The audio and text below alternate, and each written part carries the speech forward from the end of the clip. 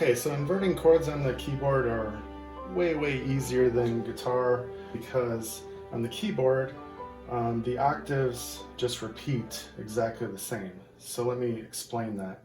So if we take these notes, C, D, E, F, G, A, and B, or if we play all of them, right? If we take this chunk of the keyboard, if we learn those notes, it just keeps repeating every octave. Let's start with C major, which is one of the most commonly used chords and also one of the first chords that everyone learns on the piano. So if we want to invert chords up, we're going to take this bottom C now, and we're just going to bounce it up an octave. That's how I like to think of it. And then we have a first inversion C chord. If we want to invert it up again, once again, we just take the bottom note of the chord and flip it up an octave. Now we have a second inversion C chord. If we do that one more time, now we're taking this G and bouncing it up an octave. Hey, guess what? We're back to where we started as far as root position. So they look the same no matter where we are on the keyboard. So there's only root position, first inversion, or second inversion C chord. That's it. Just those three. 1, 2, 3, 1, 2, 3, and so on. So we can go all the way up and down the piano, and it'll look exactly the same as far as the pattern goes on the keyboard. And then likewise, if we want to invert down on the keyboard, now we're just going to take the top note, bounce it down one octave, so a G up here just became the G down here. Now we have that second inversion going back down. We do it again. Now we bounce the E down. We're back to the first inversion. We do it again. We bounce this note down. We're back to root. So as you can see, bouncing or moving your inversions up or down, you could just think of it as that bottom note bouncing up or the top note of your chord bouncing down.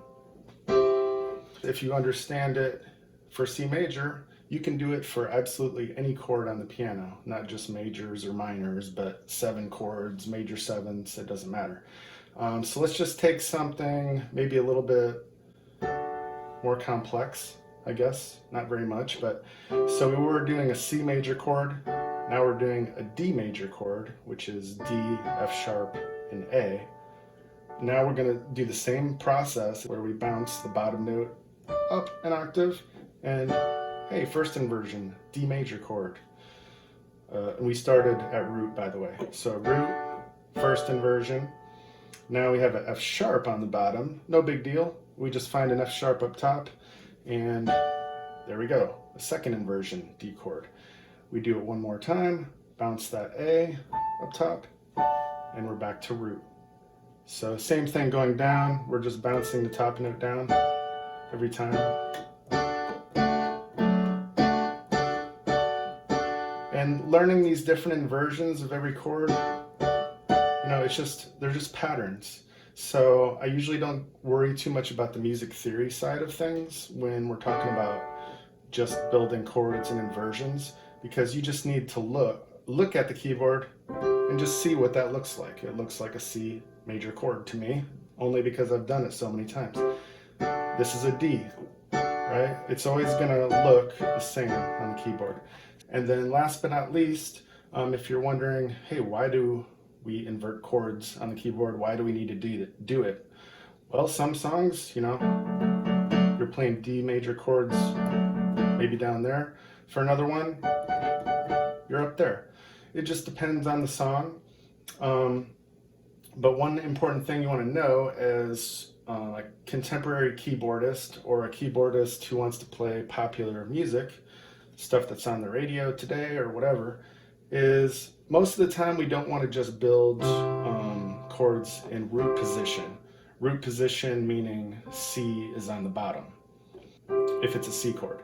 Or if we're playing a D chord, we don't always want D on the bottom. Why? Because it just sounds kind of square.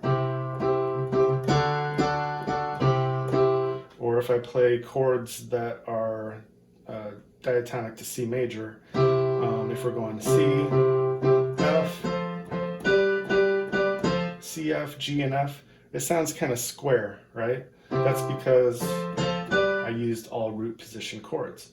If I play something similar, but now I'm playing this C, this F, this G, I like to think of this E to E range as being a good area to work in for most songs on the keyboard, because the singing is up here usually, or somewhere in this range. The bass is down low, so the keyboard and guitars a lot of times, you know, they're right in this central sort of beefy range.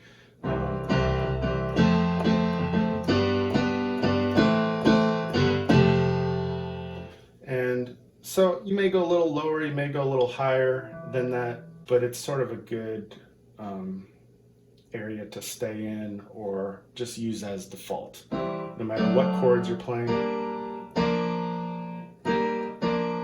doesn't matter what chords you're playing, it's just a good idea to stay in that area.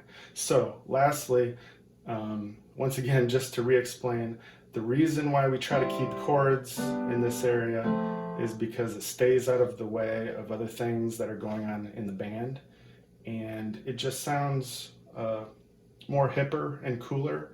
It doesn't sound so square as that. Now we have.